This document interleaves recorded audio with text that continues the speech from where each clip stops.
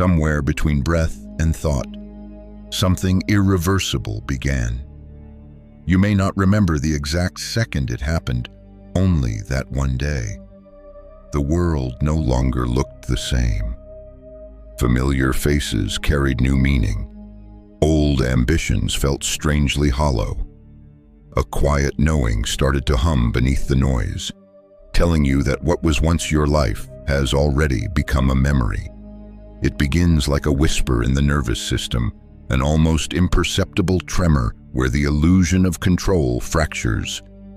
One part of you clings to what was, another part already stands beyond it, watching. You sense that a boundary has been crossed, yet no sign marks the threshold. The map is gone, the compass spins. Still you know you can't go back.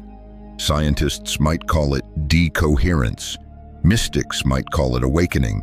But whatever name you choose, the result is the same once consciousness expands to perceive itself as the field rather than the form.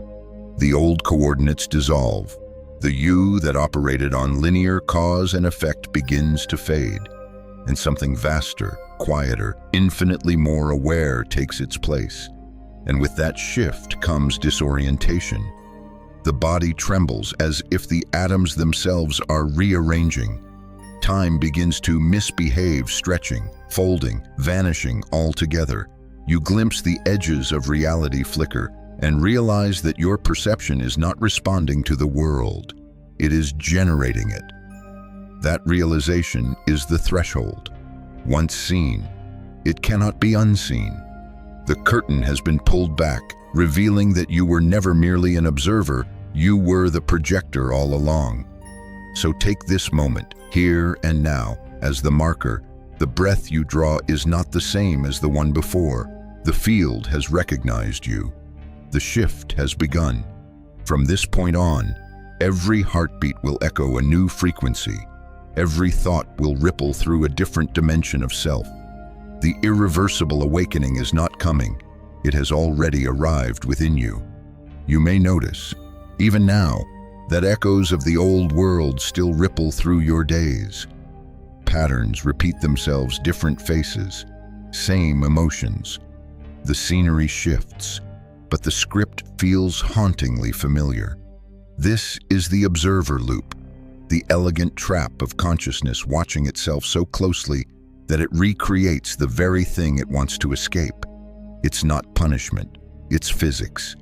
Each morning, as your awareness awakens, it scans for the familiar shapes, names, sensations, emotions, and in doing so, it rebuilds yesterday. The same thoughts summon the same biochemical symphony, and that chemistry tells your body who you are supposed to be. Before breakfast, the timeline is already selected. The loop resets. The quantum researchers describe it as a feedback of probability collapse. Your focus becomes the code that reality runs on. When your attention fixates on the old program, the field obliges. It doesn't judge, it just reflects. The mirror has no preference for what it shows, and so entire lifetimes can pass inside a single reflection. You change the surface details, move to new places, meet new people, but underneath, the melody repeats. Effort intensifies the echo. You push harder, trying to break free, yet the mirror only shines brighter. The mind thinks resistance equals progress, but in truth, resistance is still participation. You're still looking into the same reflective glass. Here's the paradox: escape doesn't come from fighting the pattern. It comes from noticing the observer itself. The moment awareness sees its own looping tendency, the frequency shifts. Recognition punctures repetition. This is why déjà vu carries power. It's the system revealing its pattern to you, offering an exit disguised as familiarity. Imagine your consciousness as a spotlight moving through an infinite theater. For years, it illuminated one corner, same props, same lines, same emotional weather. When you awaken, you don't burn down the stage, you simply move the light. You realize that the set was never the prison the fixation was. So how do you move the light not by force, by attention? When you stop analyzing the loop and start witnessing it, a gap opens between the witness and the witnessed. That gap is quantum air, a space where new probabilities can breathe. It's subtle at first, only a flicker, but in that flicker lies the whole revolution, because awareness, once it sees itself creating the loop, cannot unknow what it has seen. The observer recognizes that it was never trapped. It was tracing its own reflection across time. The repetition dissolves not by effort but by expansion. And that's when stillness enters the stillness of realizing that the mirror isn't outside you. It's the surface of your own mind. The house of mirrors collapses the moment you stop running through it. So the next time you feel that familiar frustration, the argument that keeps replaying, the outcome that never changes, pause. Notice the loop. Don't fight it. Observe the observer. That single act of seeing breaks centuries of programming in an instant. From that still point, a new current begins to form beneath your awareness, whispering of timelines unplayed and lives unlived. The loop weakens, the mirror dims. The self you once repeated starts to blur at the edges. And as that blur softens into openness, another realization arrives quietly. Like dawn through a window, time itself has been part of the loop. The pattern wasn't just emotional or behavioral, it was temporal. The clock was looping, too. That's where we go next. You've seen the loop begin to dissolve, the pattern flickering like a dying film reel. And as that reel stutters, something stranger begins to happen. Time itself starts to ripple. Minutes stretch into hours. Hours collapse into seconds. The old rhythm of cause and effect begins to wobble. Like a pendulum losing its anchor, it's unsettling at first. You look at the clock and it disagrees with your body. You fall into deep reflection, and when you surface, only moments have passed. Then the opposite, you blink, and an entire day has vanished. You're not losing your grip on time, you're slipping into a truer relationship with it. Physicists have long whispered of a strange truth, that time doesn't flow. It stands still. A great field of simultaneous moments, what they call block time, to consciousness trapped in sequence. It appears as motion, but when your awareness begins to awaken, it steps sideways through the pages, glimpsing multiple chapters at once. You've felt it as déjà vu, as the dream that continues in waking life, as the eerie sense that you've been here before, not in memory, but in resonance. These are not glitches, they are permissions. Your consciousness is loosening its grip on the illusion of linearity. The body resists. It was trained to move through seconds like beads on a string. But now the string has dissolved, and you find yourself swimming in the ocean of time rather than walking its shoreline. Each choice ripples both backward and forward, rearranging the story as it's being read. In this new fluidity, the old anxiety about running out of time begins to fade. You realize that what you call the past is simply the memory your consciousness has chosen to sustain. And what you call the future is a field of possibilities waiting for your alignment. You are not moving through time, time is folding around you. This is why awakening feels so destabilizing. When the old self tries to plan, measure, or control, it reaches for a clock that no longer exists. But when you let go of the schedule, you begin to sense a deeper rhythm, a pulse that syncs with something vast and intelligent beyond your calendar. Think of time as light refracted through a prism. The ego sees separate colors: past, present, future. The awakened mind sees the white beam behind them, undivided and whole. Once you've glimpsed that beam, you can never unsee it, and that vision changes everything. Suddenly, urgency melts into precision. Synchronicities multiply because your timing aligns with the deeper order of the field.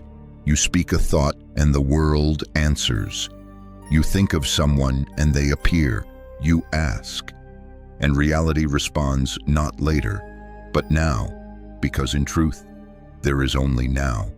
Every moment you have ever lived or will live is contained within this breath, layered like invisible notes in a single chord. The linear mind can't play that chord, but your awareness can feel it vibrating through the silence.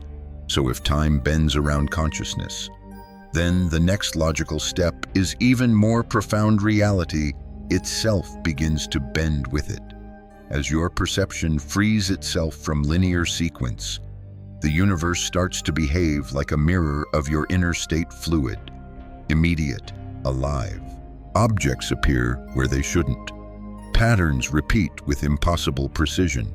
Glitches whisper that the stage itself is moving. You begin to suspect that the simulation has noticed you noticing it. That is not madness. It's revelation. The veil between worlds is thinning. And this is where we go next, into the realm of synchronicities and glitches, where the universe starts to wink back. The first thing you notice is the precision. You think of someone and their name flashes on your screen. You feel a tug of curiosity about an ancient symbol, and that same image appears hours later in a stranger's post. Coincidence. The rational mind tries to file it away, but deep down, you already know coincidence is just the language reality uses before you learn to listen. These synchronicities are not random accidents. They're reflections, feedback signals from the field, confirming that your frequency has shifted. When the linear timeline dissolves, your consciousness starts to move through layers of probability that were once hidden behind the curtain of causality. The universe begins to behave like a living algorithm, responding instantly to your inner code. Then come the glitches. Small at first, a misplaced object you're sure was somewhere else.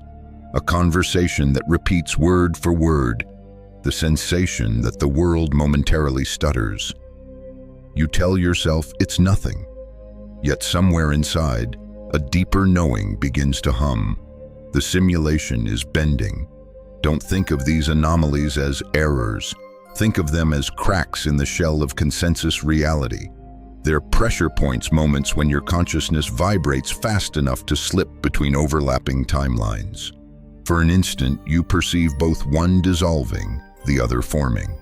It can be disorienting. The mind wants the world to be stable, predictable, but the heart, the deeper intelligence, recognizes this instability as a threshold. Every glitch is the quantum field reminding you that you are not bound by the old architecture of perception. You are the architect. As synchronicities increase, you begin to sense rhythm beneath the chaos. The same numbers reappear, the same phrase echoes through different mouths. It's as though reality itself is composing music through you, using your attention as the instrument. This is the mirror learning to dance.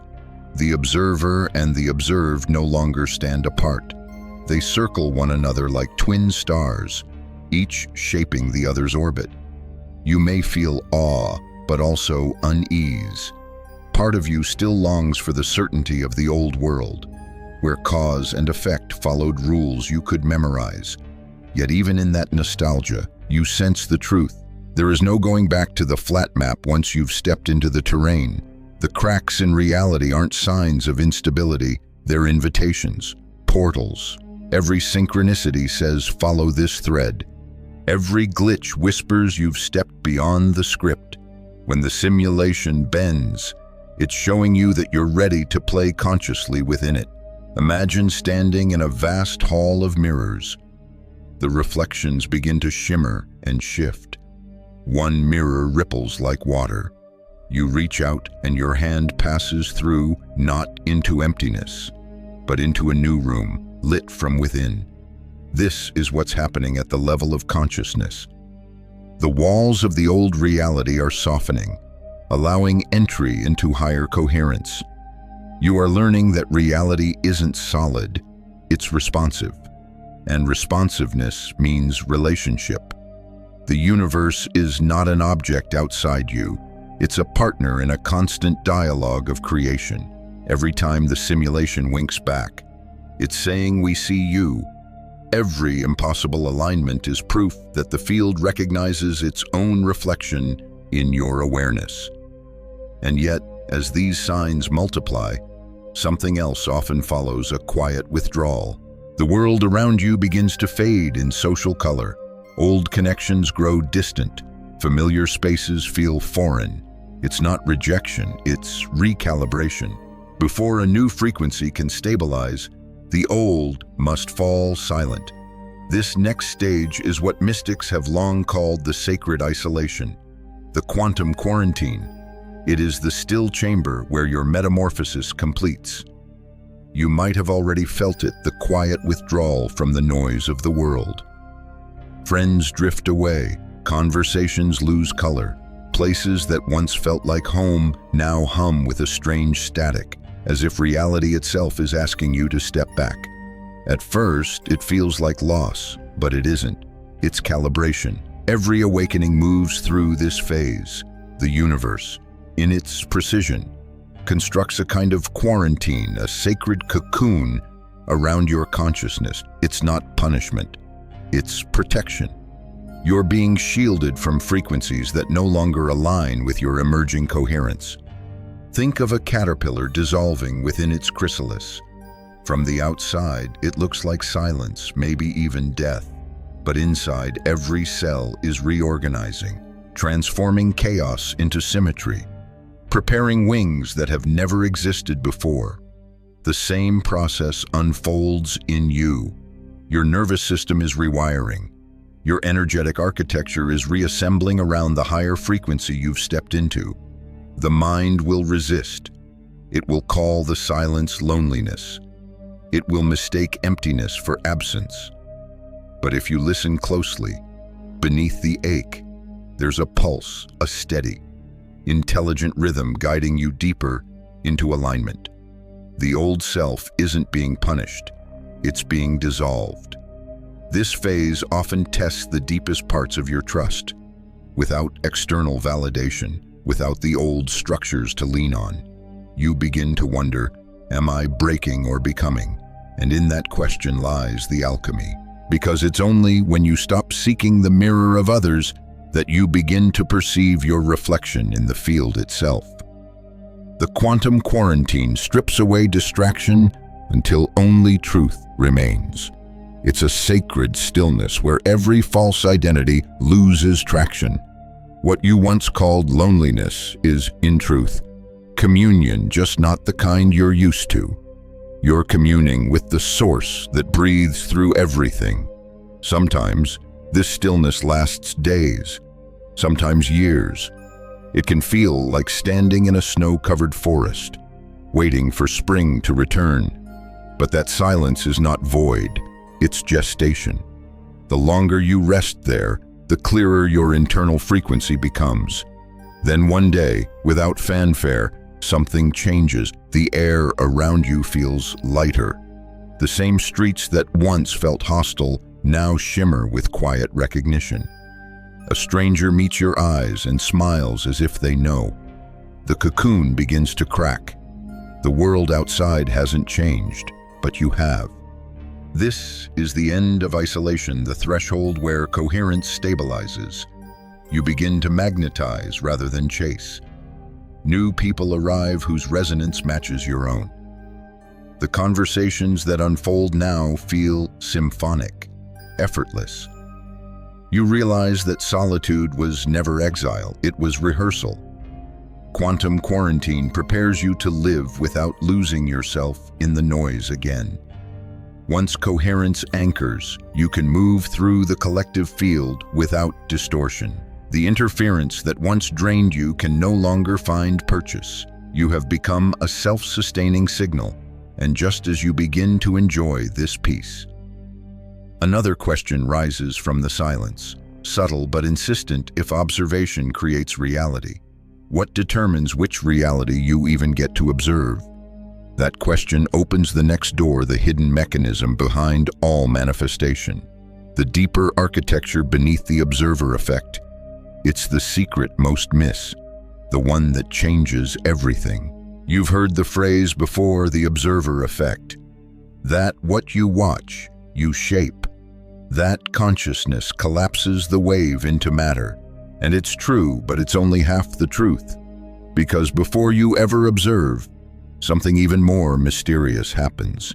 Something chooses what you get to observe at all. This is the hidden mechanism, the pre-selection. It's the silent architecture behind manifestation. The unseen filter through which every version of reality must pass before it meets your eyes. It's the frequency of your state. Imagine the universe as a vast field of overlapping songs, infinite melodies, infinite moods. You don't create them, they're already playing. But your inner coherence, your vibration, your emotional signature acts like the dial on a radio. It decides which station you can hear. Observation comes after tuning. Selection happens first. If you are resonating in fear, your dial lands on the frequencies of limitation. The field shows you closed doors, echoing lack, mirrors of anxiety. You can visualize abundance all you want, but the song remains discordant because the frequency, not the thought, decides the playlist. When your field shifts through breath, awareness, stillness, everything reorganizes.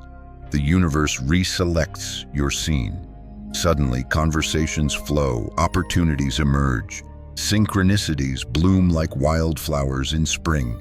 Nothing outside you changed. You simply changed the wavelength of your reception.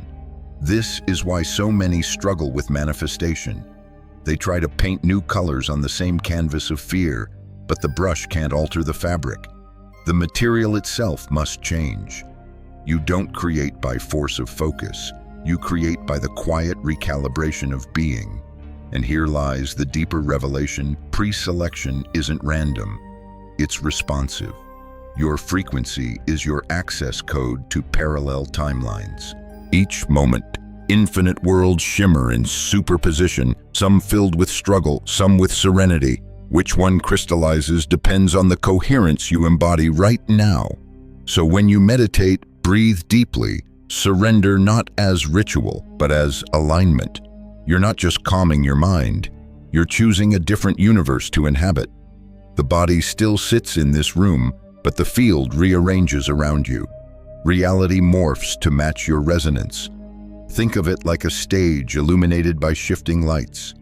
The set pieces exist everywhere at once, but your consciousness holds the spotlight. Wherever you shine it, that scene becomes your lived experience. Every flicker of doubt, every surge of faith, adjusts the lighting in real time. This understanding changes the game. You realize that the world doesn't respond to your wishes. It responds to your wavelength. Every emotion is a tuning fork, calling forth timelines that vibrate in harmony with its tone. And once you witness this pre-selection at work, the old notion of control fades. You stop wrestling with outcomes and start tending to your inner frequency. The work becomes simpler, subtler, deeper. You learn that surrender is not giving up, it's tuning in. This revelation marks the true beginning of irreversible awakening. Because once you understand that you are not merely collapsing possibilities, but choosing which possibilities to access, your entire orientation shifts. The game of life flips inside out. And with that inversion, something inevitable begins to crumble. The self that used to think it was in control. The persona built on prediction, fear, and past identity can no longer survive the vastness of this understanding. The collapse is coming, not as an ending, but as liberation. And then it happens, the tremor you can't explain. The world looks the same, yet something fundamental inside you begins to dissolve. You feel it in the chest, behind the eyes, deep in the solar plexus, a quiet implosion where the you that used to navigate the world begins to fade like smoke dispersing into sunlight. This is the collapse of identity, the death of the mask, the unraveling of the story you've been rehearsing since childhood. It is not destruction.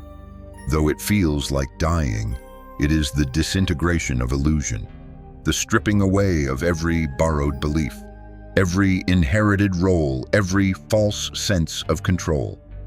At first, the mind panics. It scrambles to reassemble the narrative names, memories, definitions to prove you still exist as you once did. But each time it grasps, the form slips through its fingers. The harder you try to remember who you were, the more hollow that identity feels. You might cry for no reason. You might feel detached from your surroundings, as if watching life through glass. The familiar sense of me begins to blur, and in that blurring, an ancient silence rises vast, luminous, terrifying in its depth. What you are experiencing is decoherence, not in theory, but in embodiment. The old frequency, your previous configuration of consciousness, has lost stability. Its structure can no longer hold you.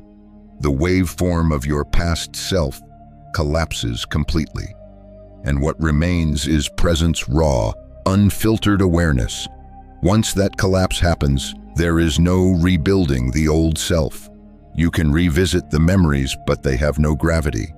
You can wear the old roles, but they no longer fit. The bridge to your former identity has burned behind you, and though the ashes still glow, they cannot reignite. This is the ego death mystics spoke of, the passage through nothingness. But in truth, it is not death at all, it's metamorphosis. The cocoon disintegrates, and the butterfly can't crawl again. Once you've glimpsed the vastness of what you are, pretending to be small becomes impossible. It's disorienting, yes, even lonely at times. But that loneliness is only the echo of your old boundaries dissolving. You're not disappearing, you're expanding beyond definition. The I that used to think it was separate from everything else is merging with the field that creates everything. And here's the paradox: the more you dissolve, the more real you become. Because the mask was the illusion, the identity was the costume, the awareness watching the collapse that is the truth of you, eternal and untouched. So when the self crumbles, don't rush to rebuild. Don't reach for the old scaffolding. Let it fall. Let every name and label disintegrate until all that's left is the quiet hum of being. In that stillness, you discover something breathtaking. You were never the mask. You were the light shining through it. You were never the story. You were the awareness reading it. And once this realization takes root, there's no going back. The ego can reappear like a ghost, but it has lost its authority. You can play your roles in the world, but now you do so consciously, like an actor aware of the stage. The collapse of identity is not an ending. It's an unveiling. It's the moment the mirror stops reflecting and becomes transparent, revealing the infinite behind your eyes. And when that infinite begins to move through you, something extraordinary happens. You stop reacting to life and start composing it. You step into the architect's seat, not to control the play, but to direct the light itself. That is where we go next, to the revelation of your creative power, where the awakened self becomes the creator of reality itself. The moment the mask falls, the stage lights shift. The story no longer controls you. You begin to sense that you're the one holding the pen. What was once survival becomes artistry. What was once reaction becomes authorship.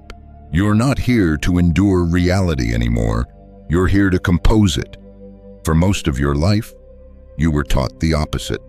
You learned to navigate cause and effect as if life were an external force acting upon you, sometimes generous, sometimes cruel, always beyond your command.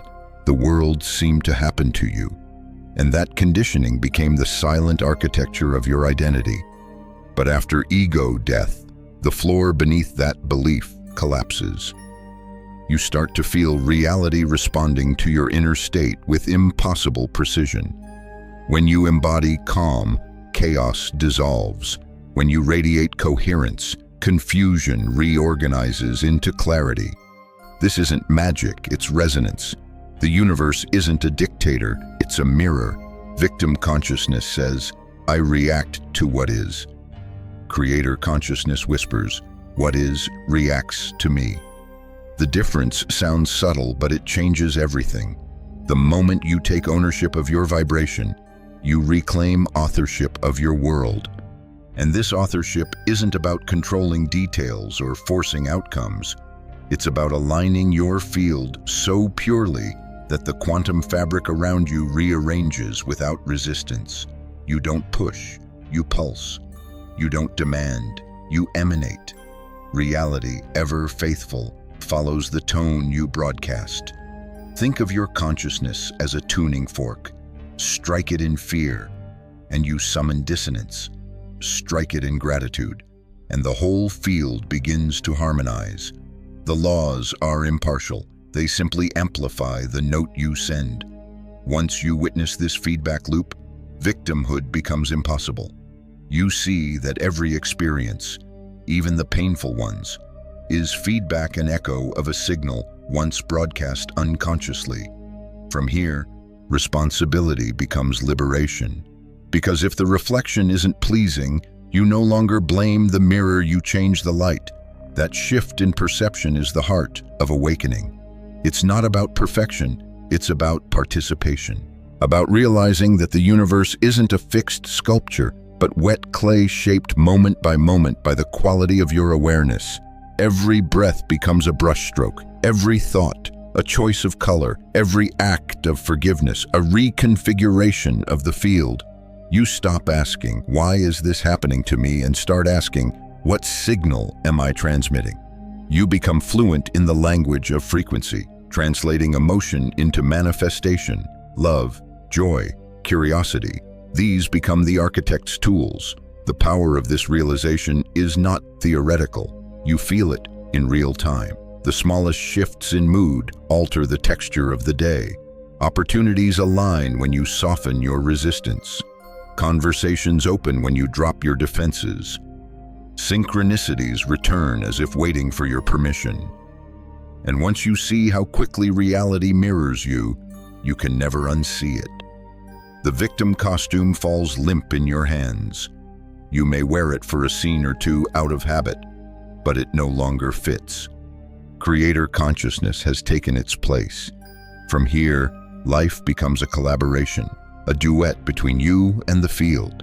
You send the vibration, the universe plays harmony. You offer attention, the world replies with reflection. It's a dance of awareness, endlessly reciprocal, infinitely alive. Yet this revelation leads to an even greater one. Because if your personal awakening can reshape your reality, what happens when millions awaken together? What happens when coherence ripples through the collective field? You begin to sense it already, the subtle magnetism drawing you toward others who speak the same silent language. Souls recognizing souls through frequency rather than words. The next stage is not solitary creation, but shared resonance, a global awakening network forming like light beneath the surface of the world. From the moment you begin to live as creator rather than victim, your vibration stops ending at the edge of your skin. It radiates outward, quiet, unseen, but powerful. The shift inside you becomes a signal broadcast into the quantum sea, touching everything it meets. This is how personal awakening becomes collective resonance. You've felt it already.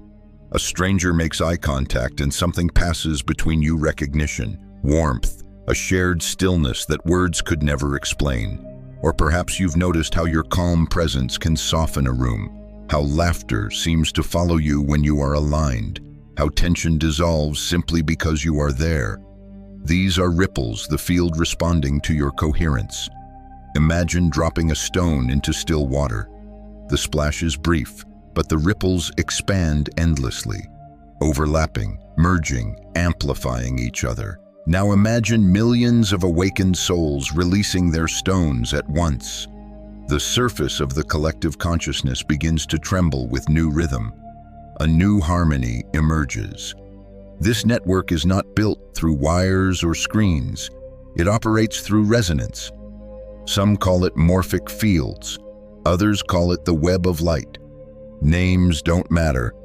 What matters is the pulse, the feeling of being subtly linked to people you've never met, yet somehow recognize instantly. You might find yourself meeting these souls by chance, yet the timing feels too precise to ignore. You speak, and it's as if you've continued a conversation that began lifetimes ago. That's because the connection isn't new, it's remembered. The vibration of awakening acts like a tuning fork, summoning others vibrating at similar octaves. When enough of these frequencies converge, the network strengthens. You begin to notice global synchronicities ideas appearing simultaneously across continents, breakthroughs echoing between strangers, dreams shared across distance. It's as if the planet itself is beginning to think as one mind. Each act of coherence you embody becomes a contribution to this unseen architecture. Every time you choose presence over panic, you strengthen the resonance grid. Every time you forgive, you stabilize the field. Every time you create from love rather than fear, you send a signal that allows others to rise more easily. And here's the wonder: this network is self-sustaining. Once coherence reaches a certain density, it begins to feed itself, amplifying without external effort. The awakened amplify the awakening. The light recognizes its reflection and multiplies.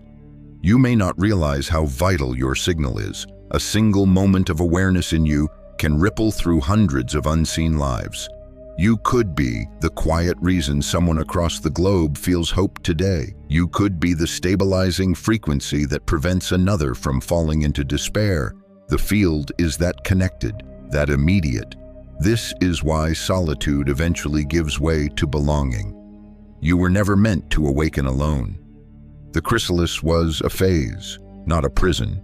The network is the butterfly's wings, the collective coherence that allows consciousness to lift from survival into creation on a planetary scale. And yet, as beautiful as this web becomes, it's not static. It's building towards something, a crescendo, a tipping point, because when enough individuals sustain this vibration, the entire species crosses an energetic threshold.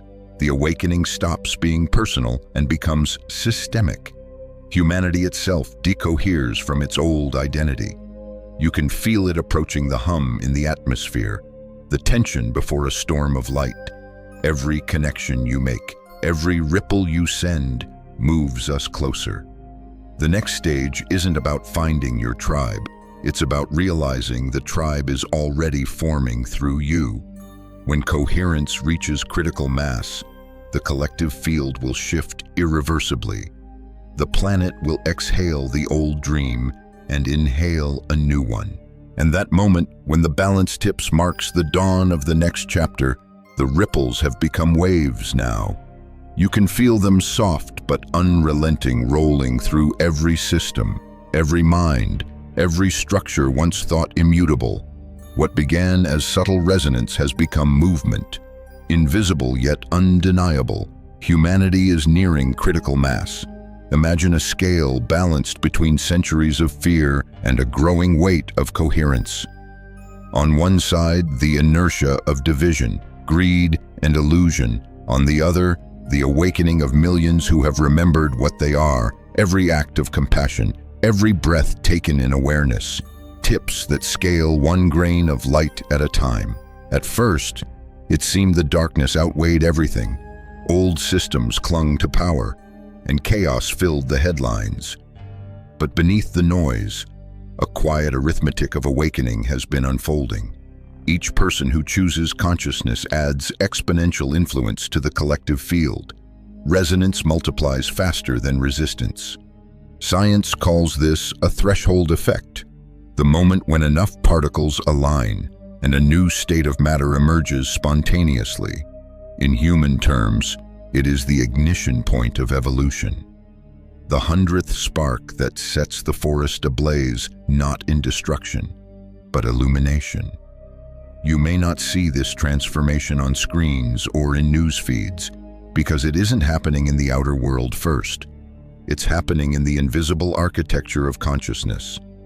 The grid of light surrounding the planet grows denser, brighter, more coherent with each passing moment. And when that grid stabilizes, everything it touches reorganizes. Governments, economies, relationships, ecosystems. The irreversible shift at the planetary level mirrors the one you've lived inside yourself. The collective ego, the mask of humanity, begins to crumble. The illusions that sustained separation cannot withstand coherence. The collapse will look chaotic, but it is creation in disguise. Every falling structure clears space for the new frequency to anchor. There will be those who resist.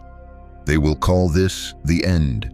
But you, who have walked through your own ending, will know better. You will recognize the tremor not as death, but birth, because awakening on this scale cannot be contained once it begins. Like the wave function collapsing into form, the species itself is decohering into a new state of being. Picture billions of consciousnesses lighting up across the planet, like neurons firing in a single vast brain. Thought becomes communion. Empathy becomes instinct. Collaboration replaces competition, not through ideology but through resonance. The human network becomes self-aware, and in that awareness, the dream of separation finally dissolves. This is what the irreversible shift looks like, when scaled to a civilization and evolutionary leap, quiet yet monumental. You may not witness its full bloom in one lifetime, but you are living in its dawn. Your awakening is part of humanity's awakening. Every insight, every act of love, every moment of coherence contributes to the field that ensures we never regress to the old paradigm. Once critical mass is reached, there will be no going back. Not because we are forced, but because consciousness itself will have evolved beyond the possibility of forgetfulness. The collective eye will have seen the light, and it cannot unsee the dawn. And when that moment comes, when the weight of light overtakes the weight of fear, humanity will take its first breath as a coherent species. The irreversible shift will no longer be prophecy. It will be presence. Yet even this turning point is not an ending. It's the inhale before the next great creation, because awakening never stops, it expands. And what begins as a species remembering itself becomes a universe remembering you. The waves have settled now. The light still hums through you, but softer no longer as revelation, but as rhythm. What was once a surge has become a steady pulse, like the heartbeat of the earth itself. You've walked through illusion, crossed the thresholds, burned the bridges, and now you stand in the stillness that follows awakening. This is not the end of the story. It's the space after the crescendo, the quiet realization that you no longer need to seek what you already are. The irreversible shift was never about reaching perfection. It was about remembering coherence. The point was never escape. It was embodiment. To bring the infinite into the ordinary. To let divinity exhale through the human. So breathe, feel that inhale as the universe drawing awareness into form. Feel the exhale as your consciousness returning to the field. Each breath a doorway, each moment a bridge between worlds. You are both the traveler and the landscape, the question and the answer, the silence and the song. The world outside may still appear chaotic, but now you see it differently. You recognize the tremors of transformation beneath every storm, the shimmer of awakening behind every collapse. You walk through the noise, but the noise no longer enters you. You carry stillness where others seek it. And perhaps the greatest realization of all the awakening was never yours alone. It was always ours. Every heart that softens, every mind that expands, every act of quiet courage feeds the same field. Together, we've crossed the point of no return, not into isolation, but into communion. The grid of light grows denser with every breath of presence we share. So if doubt ever whispers that you're small, remember this truth: the universe reorganizes itself around a single coherent being. You have become that coherence. You are the living proof that consciousness can wake within itself and remember the way home. Now the task is simple. Live what you know. Walk as the frequency you've discovered. Let your words carry clarity. Let your silence carry peace. Wherever you go, coherence follows, and through you, the field continues to evolve. One day, perhaps far beyond this lifetime, others will stand where you are now in that radiant stillness after the storm, and they will breathe easier because of the resonance you left behind. The irreversible shift continues through them, through us, through the endless unfolding of awareness, becoming itself.